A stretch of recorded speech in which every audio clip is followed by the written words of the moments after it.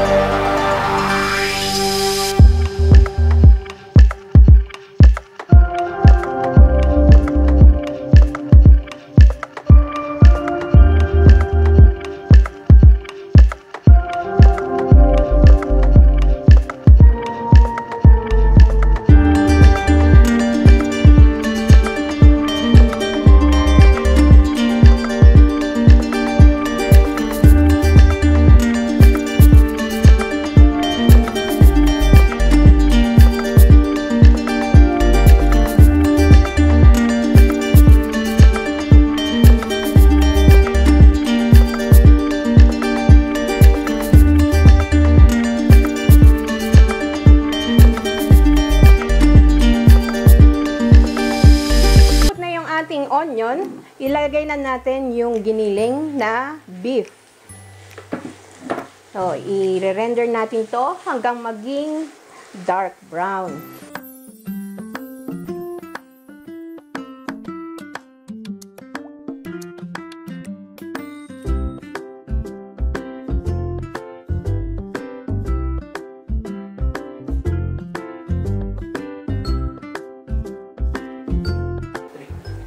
Ayan, after a few minutes, nag-brown na yung ating giniling.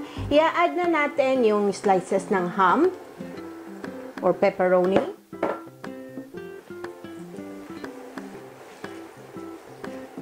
Ayan. Then, yung ating tomato sauce. Pwede din kayong gumamit ng mga nasa boteng bolognese sauce.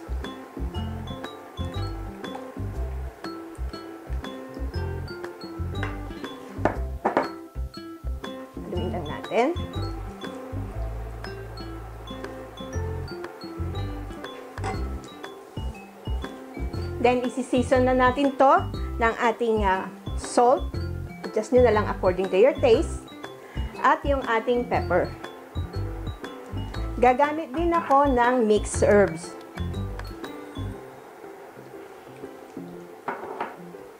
Pakuluin lang natin to hanggang sa lumapot yung sauce ng ating giniling. Ayan, medyo malapot na yung ating sauce. So, kaya natin sinabing Filipino style na lasagna ito, lalagyan natin ng matamis na condensed milk. Imbis na sugar, itong condensed milk ang gagamitin nating pantamis. Parang creamy siya. Haluin lang natin to. We'll simmer this hanggang sa tuluyang lumapot yung ating sauce.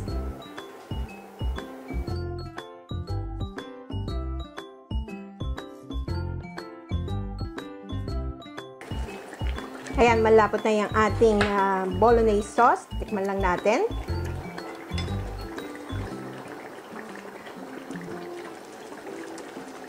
Yan, tama-tama lang yung alat niya at yung tamis niya. This one is ready. Magpo-proceed na tayo sa paggawa ng ating cheese sauce. Ang ating next step, dito naman sa ating saucepan, gagawin natin yung ating cheese sauce. Dito sa ating saucepan, lagay na natin yung butter. Tutunawin lang natin to. Gagawa tayo ng roux.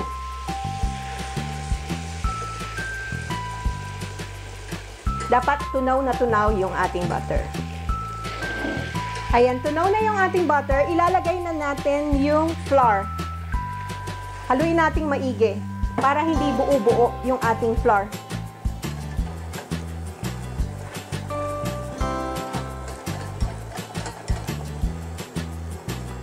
Kailangan yung parang paste siya.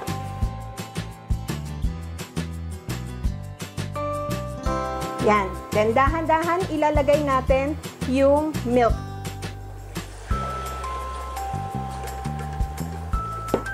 Sabihin muna natin na ma-dissolve ng tuluyan yung ating then, sama na natin lahat.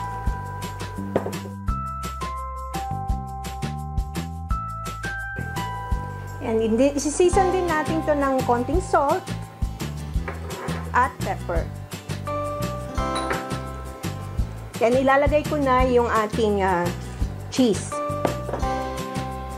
Haluin lang natin to. Hintayin natin to hanggang lumapot.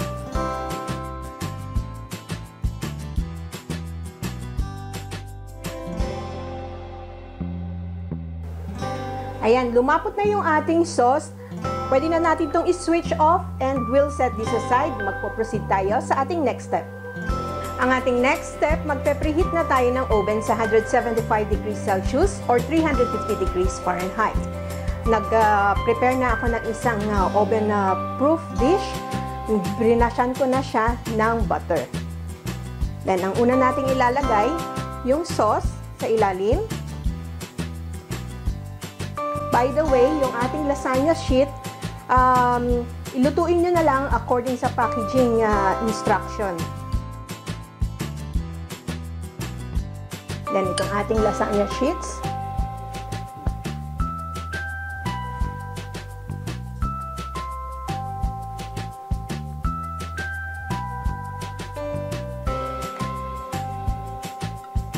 Okay. Yung ating cheese sauce.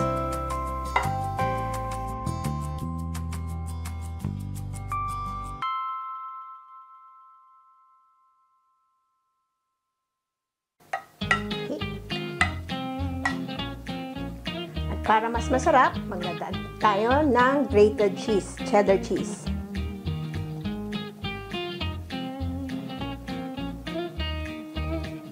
Then, ulitin lang natin yung procedure. Yung sauce uli, yung ating bolognese sauce. Continue lang natin to hanggang matapos natin lahat.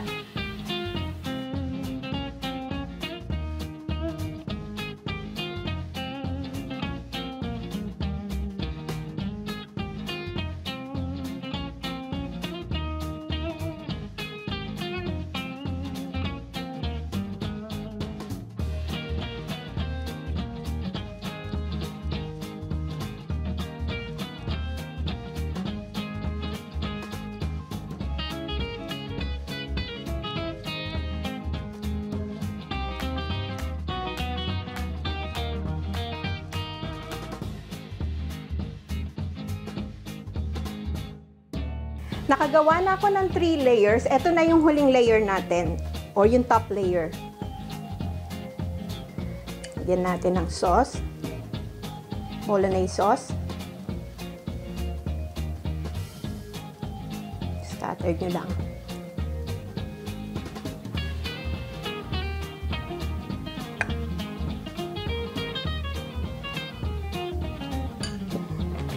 Optional ingredients lang to. Lagyan ko lang ng konting mozzarella cheese sa ibabaw. And then this one is ready for baking. Ibe-bake natin to for 30 to 45 minutes. After 45 minutes sa oven, eto na ang ating lasagna, Filipino style. Palamigin lang muna natin ng konti bago natin iserve.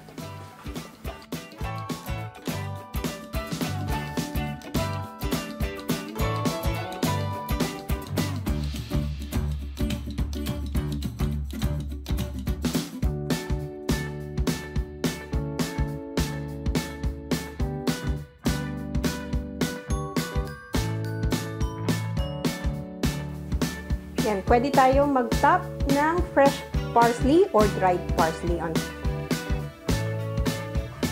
Sana magustuhan niyo itong recipe na ito and share it with your friends. Don't forget to give us a thumbs up and share this video. Ako po si Aling Oday. Magkita-kita ulit tayo sa aking susunod na video. Salamat! Bye!